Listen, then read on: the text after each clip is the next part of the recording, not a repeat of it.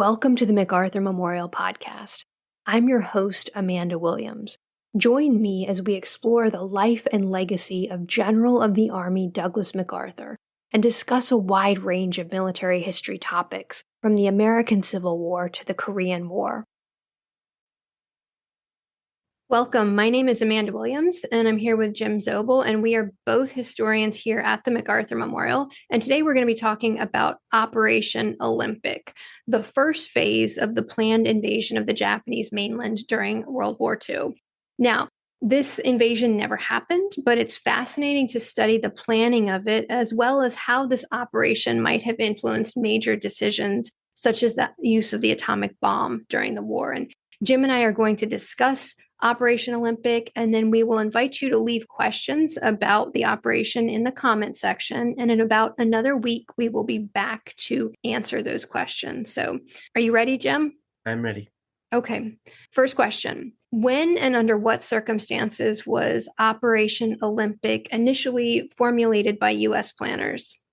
They start planning for invasion of Japan in about 1943. That's when it first comes up on everybody's radar. Everybody was more concentrated on Europe and how that was going. And then as 1943 progressed into 44, things really started accelerating in the Pacific. I think one of the first plans that they came up with was in October of 1943, and that was for going into Hokkaido, which was the northernmost of the four main islands of Japan. But I think that was more with the blockade strategy that the Navy had been putting together, or at least that's what they were thinking of how to make this war end. Admiral Ernest King, Commander-in-Chief of the Navy, he was of the decision that you needed to take parts of Korea like Busan, Shanghai, areas on the Chinese coast, Okinawa, Formosa had been, part of his 1944 plan. He was looking at taking all these areas and being to strangulate Japan and starve it out. And so I think that when they were looking at that first invasion of Hokkaido, that's what that was all about, was at that point. As you get into 1944, then they start looking more at, how are they going to approach if they have to go into the home islands seriously with a main strike invasion. And that comes out probably late December 1944. They start really looking at that seriously because they see that the war in Europe is going to end, that things are progressing, and you're about to go back into the Philippines. The B-29s are really hammering Japan, so they start looking at that. And then in January of 45, they have that meeting on Malta with the combined chiefs who start putting together the plans of where they'll go. And they start looking at Kyushu and Honshu, which is the southernmost island, and then the main island where Tokyo is. And then at Yalta in February of 1945, that's where Admiral King and General George C. Marshall, the Chief of Staff, present Olympic, the invasion of Kyushu, and Cornet, the invasion of Honshu, as part of this Operation Downfall that will take place at the end of World War II. Of course, everybody else wants the war to end without that invasion. That's why they're looking at this encirclement strategy. That's why the Air Force is looking at the knocking them out with the B-29s, as well as the mining of the Sea of Japan. But it's the Army that sees they want to have a direct invasion, and because George C. Marshall wants to get that war over within a year of Europe falling. He knows that the people at home are war weary, they're sick of it, and he's got to make this thing end. And so he thinks that will be the least amount of casualties as going forward, because he thought it would take just as many forces to do that blockade operation. So then in early April, they give it to Nimitz and MacArthur to thresh out the main details of how they're going to do this. They also reorganized the Pacific into the U.S. Army Forces Pacific and the Commander-in-Chief Pacific Fleet, which is Nimitz's command all of the Navy, and MacArthur commands all of the Army. So you mentioned the alternatives to Operation Olympic, or more in general to Operation Downfall. That was just the blockade that the Navy was in favor of. And then you mentioned the Army Air. Yeah, of course, you got the Special Air Force that's under Spatz and Curtis LeMay. They've been doing the B-29 raids on Japan all throughout late fall of 1944 and then into heavily in 1945. And they think that they can knock Japan out just from using Okay. B-29s as well. Right. They think that they can In tandem with the Navy's plan or as just well, them? yeah, Okay. as well with as all the other forces and what they're doing to encircle Japan and make them surrender. And they drop, thousands and thousands of naval mines into the Sea of Japan, which have to all be cleared up later, Right. because of all of them that are put in there. So they do have these other ideas of how they can do this. Of course, nobody knows about the bomb, within those circles at that point, except for the higher echelons. But that's what they're looking at as far as where they're going to go and who's planning it. Now, who are the primary figures planning it? And are there any elements of inter-service rivalry at play? Well, it's when it's in the hands of the JCS, it's more because of the people's ideas of how they think it's best to end the war. And so you've got King, who's very strong on this blockade thing. You've got Marshall, who's very strong on using the invasion. And then you've got Arnold, who's very strong on using the air. And so then it comes down to when it gets to MacArthur and Nimitz, then you start getting a lot of this inter-service rivalry because Nimitz's headquarters is on Guam and MacArthur's headquarters is on Manila. And so MacArthur is sending his chief of staff, Sutherland, and his air chief, George Kinney, and then as well as his deputy chief of staff, R.J. Marshall, to Guam to iron these things out between the roll-up of everything, because you're going to bring in all these divisions now from Europe. You're going to need all that space on all these areas to base them. So they're rolling up all the supplies, all the materials from all these areas, as well as you're threshing out the U.S. AFPAC from the SINCPAC fleet that are now, because MacArthur's 7th Fleet is going back to the Navy. All those Army units that have been under Nimitz are now coming to MacArthur. So there's a lot of things that need to be worked out. But the Navy cannot get along with MacArthur's chief of staff, Sutherland, Richard K. Sutherland. He's said to be very abrasive by everybody, but even Nimitz, who's a hard person to flip over, gets very antagonized by, yeah. Personally. And personally, yeah. And as well, he and Kinney are a couple of the biggest needlers of the Navy that there are, of just sticking it to them all the time. And Kinney can be just as bad. And it's oftentimes that Marshall is the peacemaker, but they've had it at this point. And then think it's in May, yes, when they before they've chosen MacArthur to be commander, Marshall even sends a message to MacArthur, do you need me to come out there and we'll have a meeting with Nimitz? And MacArthur's, I'm not going to have you hold my hand going out to Guam, but he still refuses to go to Guam. And Nimitz comes to Manila, and that's where they work everything out as far as it's going to go. And after Nimitz leaves is when they choose MacArthur to command the first assault, which will be Olympic. And that's on. Why do they choose MacArthur? Well, it's really going to be a land operation. I mean, it's you're throwing at least 650,000 troops, about 15 divisions into the fray of this, and it's going to be a major land battle. They do it. It is like most of MacArthur's landings, where the Navy controls everything until they get to the shore, and then once the Army commanders are ashore, then they're in control of the operation at that point. So that's the same way they'll do Incheon later. Where the Navy controls the invasion, and then it's the Army that takes over the land operation. So MacArthur will be overall commander for it, but that's how it's going to work. Walk us through the core elements of Operation Olympic. What are the objectives and how many troops are estimated to be needed for this? Well, they're looking to make Kyushu a base, for the Honshu invasion. And so they want to turn Kagoshima into a major seaport. They want to grab all those Kanoya airfields that are right off the Ariake Bay there, as well as they want that airfield in Miyazaki, which is still where the airport is today. These had all been used as kamikaze fields during the Okinawa campaign. And so they wanted to grab all those airfields, and they wanted to grab that naval base there at Kagoshima to turn that into a major supply base. But they also talk in the planning is to just at first with the divisions that go in there, which is about 10 of them. There's three Marine divisions that are going to go in, and then it's the Sixth Army with about another seven. Now the Ninth Corps will go in there, Ariake Bay. They'll just there to seize the Kanoya airfields. The Fifth Amphibious Corps that has all the Marine divisions, the three of them, they're supposed to come in from the west and seize Kagoshima, and then the First Corps, which is going to be under Swift again, they'll go in to seize that Miyazaki airfield. And then they wanted to just move a third up the island and seal it off and have that southern part be the base. So that was the plan. It was turned into a major base for all the American supply basing that's going to be needed for the drive on the main island of Honshu later.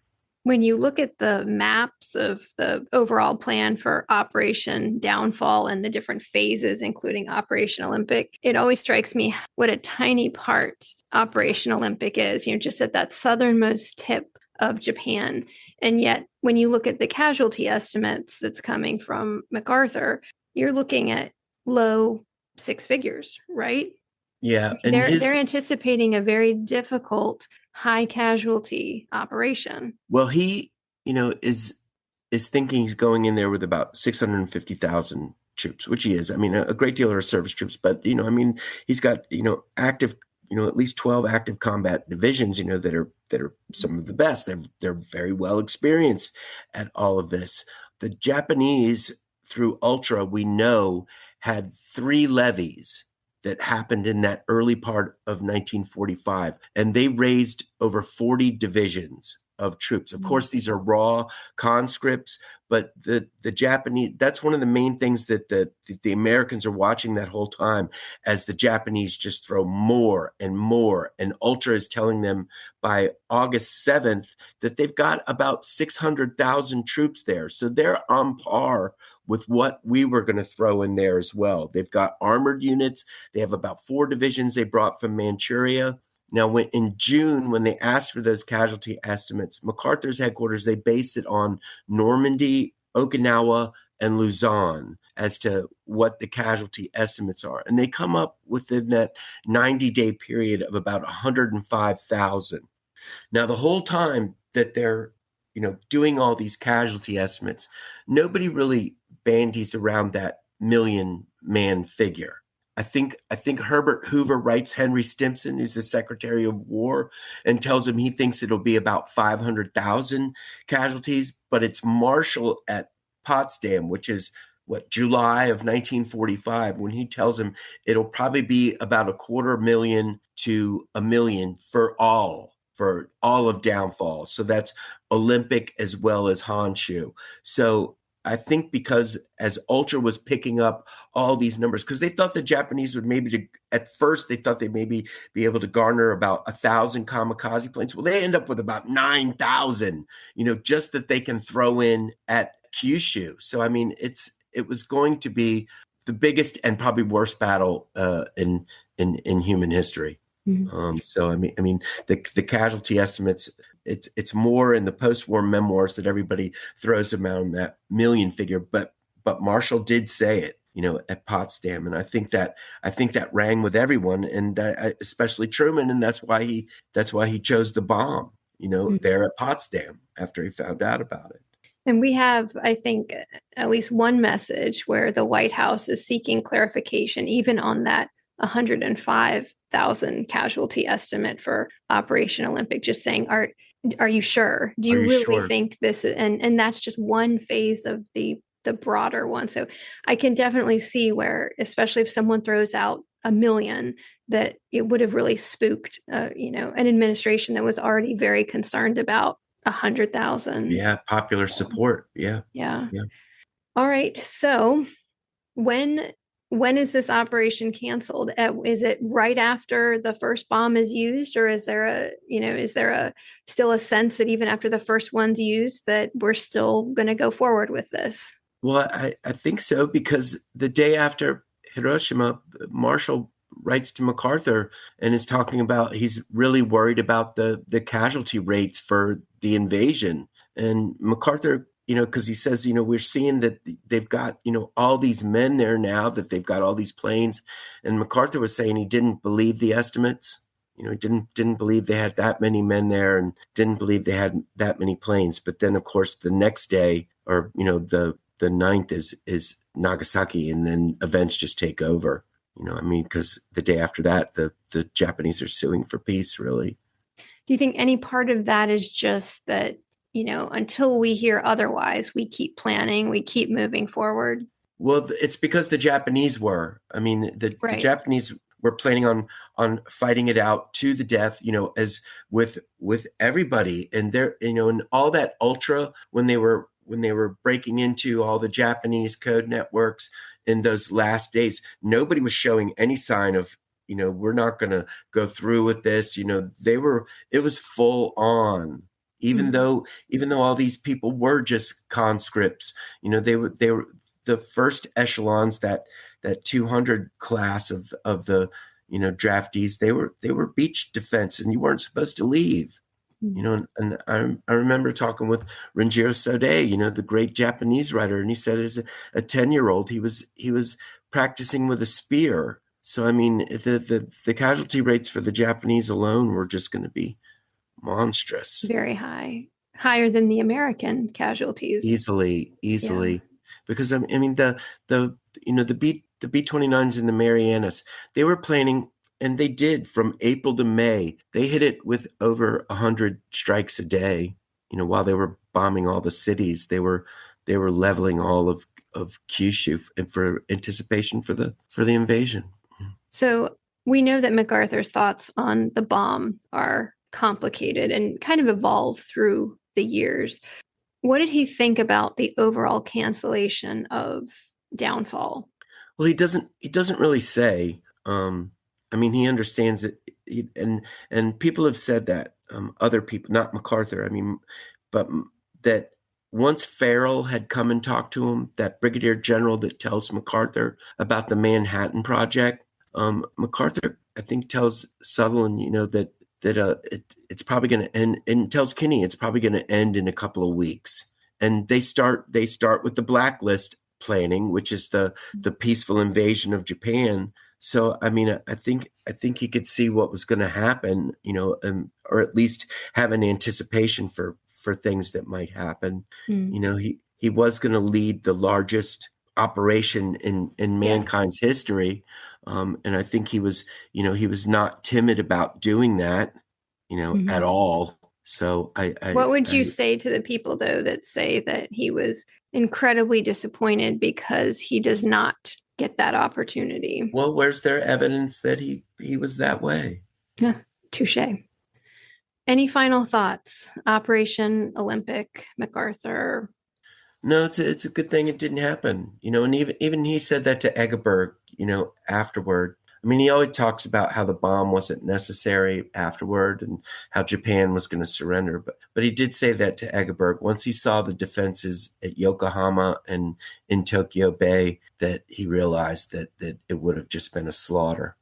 I think had the bomb not been used, and then he went ahead with the invasion, I think he would have been very critical in later years that they hadn't figured out a way to avoid the invasion. Conversely, in this timeline, in this reality, the bombs are used, the invasion doesn't go forward, yet he's kind of critical of the use of the bomb at times. So I don't know that there's any perfect situation where he would have been exactly happy with it, but it's interesting to think about. All right. Any other thoughts, Jim? No, thank you. Okay. So like I said earlier, we invite you to leave comment on this, and we will be back in about another week, and we will do our best to answer your questions about Operation Olympic. Yeah, get a lot of questions in. Come on. All right. Thanks, Jim. Thank you. Stay tuned. When we originally released this program, we used our social media platforms to ask our listeners for questions about this topic. What follows is that Q&A. Welcome back. I'm Amanda Williams. I'm here with Jim Zobel. And last week we did a video about Operation Olympic. And then we invited people to submit questions on social media about the topic. And we actually got some pretty good questions. So thank you very much for those questions. We're going to get right into it. You ready, Jim? All right. The Japanese knew which beaches in Kyushu were going to be assaulted based on simple geography and common sense. How developed were the defenses by the time the war ended in August 1945? And how serious were discussions about bypassing Kyushu in favor of going straight for the Kanto Plain? From what I've seen, they had a lot of people working on defenses, but it wasn't getting very far along. I mean, they've got some areas that are probably built up more than others. I think they're concentrating more on Honshu, as far as the building up of defenses goes. I mean, they had taken those levees and basically said that, the first one, you're going to be on the beach, you won't be leaving the beach. So they're working on defenses in that sense. But, how effective it's going to be against the Americans, I guess it's really not known. As far as like the discussions towards the end of bypassing Kyushu, yeah, I think the Navy was thinking about that most definitely. And then, of course, Marshall sends that message the day after Hiroshima and, says, should we do this? We're looking at the casualty rates, they're probably going and asking about it. So the discussions were at that point on the 7th carrying forward, but then, the war's over in a couple of days. So it didn't really need to go beyond that. But they are talking about it. Oh, yeah. I mean, it's a contingency, but yeah, I guess because they're seeing all right. all the troops that are, all the Japanese that are being pumped into Kyushu at that point. And there's a lot more that have gone south than they knew at the beginning. And so I think when they ask him, MacArthur's still holding to that figure of May of 1945 rather than because he says, I don't believe they've put that many troops in there. But he's wrong at that point. Yeah. Because they know. I mean, even though Ultra's saying it, he's saying, and they're mostly conscript, armies. I mean, like we said in the broadcast, you brought in 4 divisions from Manchuria, but the rest of them are these conscript troops. I think I read a statistic one time saying that out of those conscripts, it was something like less than 20% of them had actually drilled properly with a rifle or were even were even. And so it's even though it's maybe a larger number, maybe MacArthur's thinking they're not. I'm not counting them the same as maybe a regular division, right, yeah. But okay. So there are discussions. There's enough of a concern to validate the bypass talk, but the strategic reality on the ground is such that it never takes off. I mean, they stick with the original. Okay, second question. Given the sheer scale of Operation Olympic and Japan's emphasis on mobilizing its civilian population for defense, do we have evidence that MacArthur or his planners began developing concrete countermeasures for irregular or civilian resistance on Kyushu?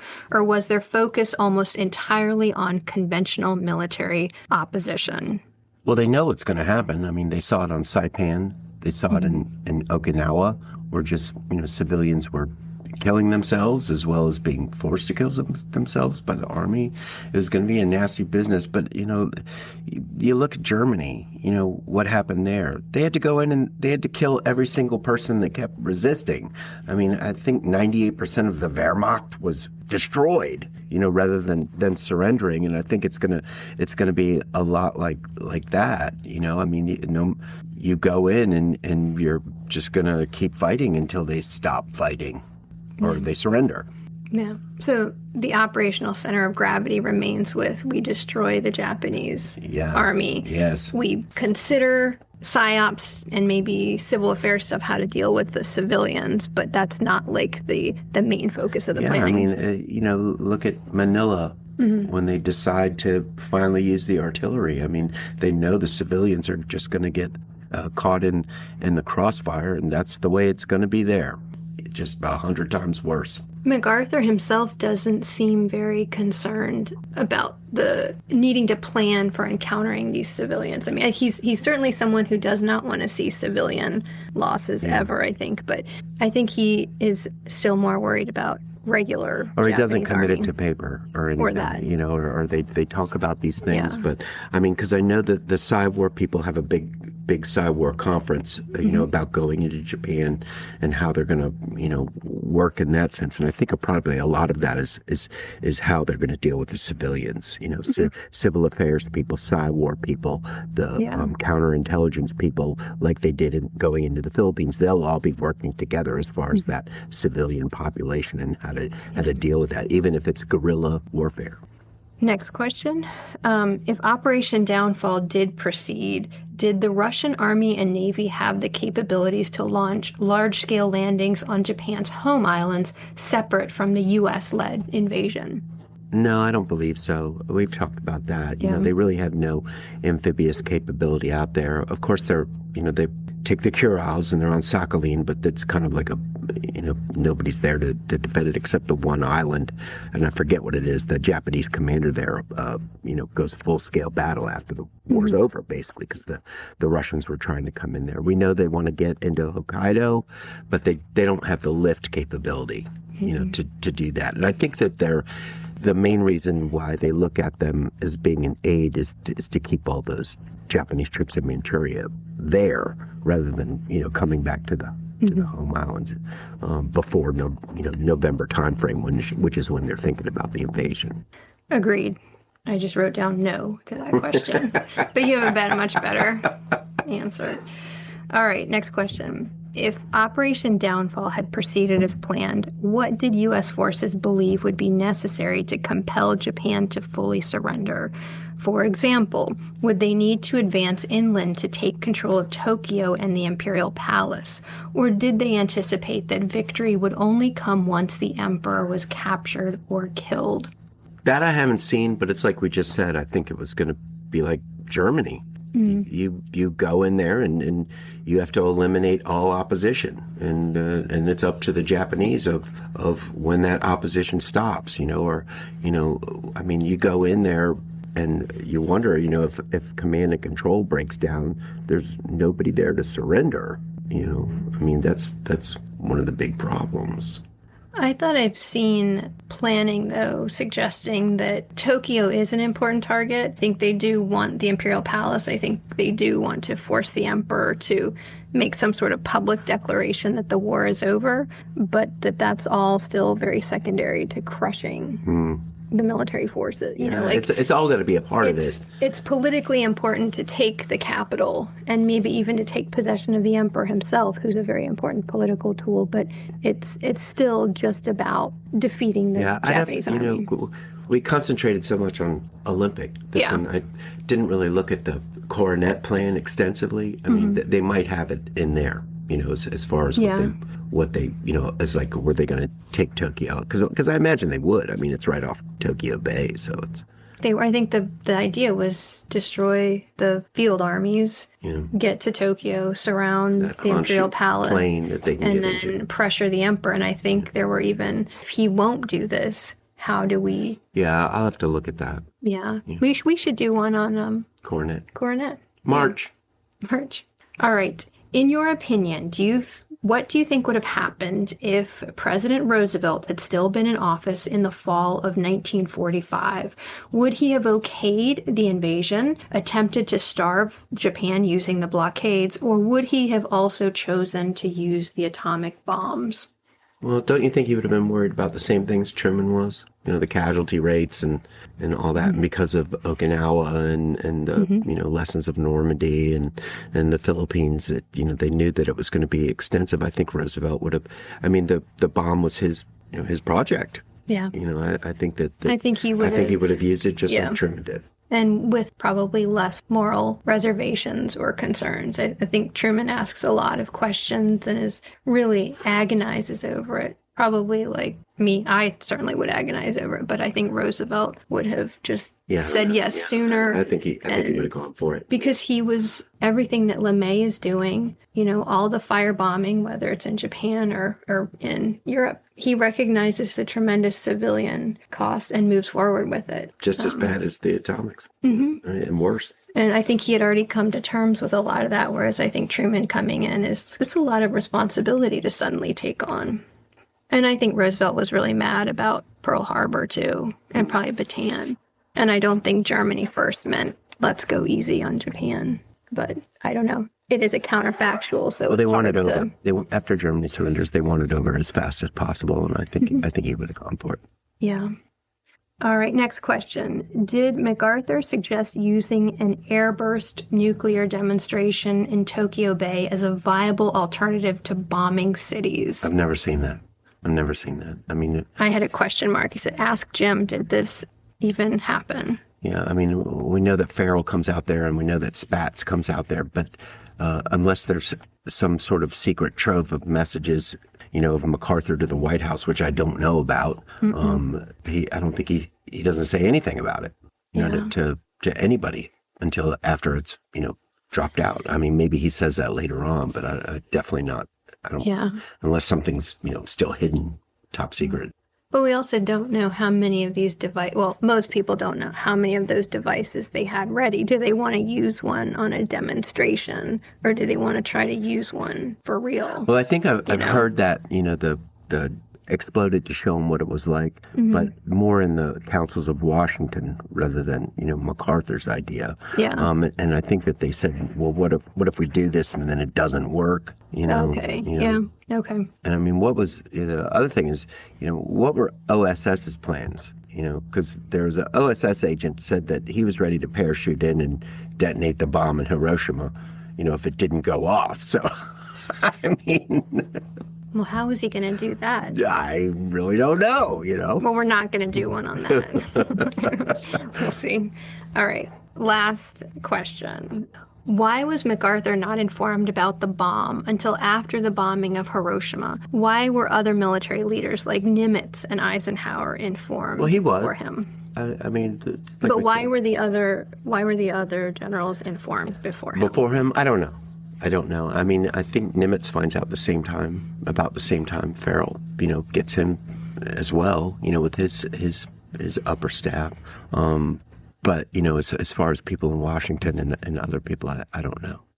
But he definitely knows about it beforehand because Farrell comes out there late July and then Spatz is there August 1st and they both tell him, we've got this and we're going to use this thing. And then Carl Compton comes, I think the day after, the guy from MIT, and explains the whole Manhattan Project to MacArthur, But I don't, what was the difference between, what he said there, Compton, as far as Farrell. Did Farrell just say we have a bomb and doesn't explain the Manhattan Project? Right. Or, is that left up to Compton? So I'm not really sure. Well, and I think I read too, though, that at least in terms of maybe the Nimitz case, theater commanders didn't just know about this unless operationally they needed to do something to facilitate or to move this work along. And I would imagine if they're getting ready to use it in Japan, Nimitz is going to be read in earlier because you're looking at. Well, does he know that the Indianapolis is carrying the bomb to Tinian? Yeah, and I would think, if they're reading in theater commanders, if it's something that kind of comes into their operational zone, he's probably knowing about it naturally. Yeah. What do you think about? Some people will say though that MacArthur being out of the loop on that, so it seems, is because of operational security. Can Washington trust him not to try to influence one way or another or to spill the details? Yeah, I don't know. No. Okay. All right. Well, I think that was That was a lot of questions. I didn't know people were asking all those questions. No, there were some really good ones. Well, they stumped me. Hardly. All right. Well, thank you for all those questions. There's some really good ones in that set. So I believe we will be back again, probably in another month, probably talking about MacArthur and his time in the Corps of Engineers. And so until then, thank you for your support and thank you for following us. We hope you enjoyed that episode. If you have questions, comments, or topic suggestions, the MacArthur Memorial team wants to hear from you. You can reach us at macarthurmemorial@norfolk.gov or find us on X at MacArthur1880 or on Facebook and Instagram as MacArthur Memorial.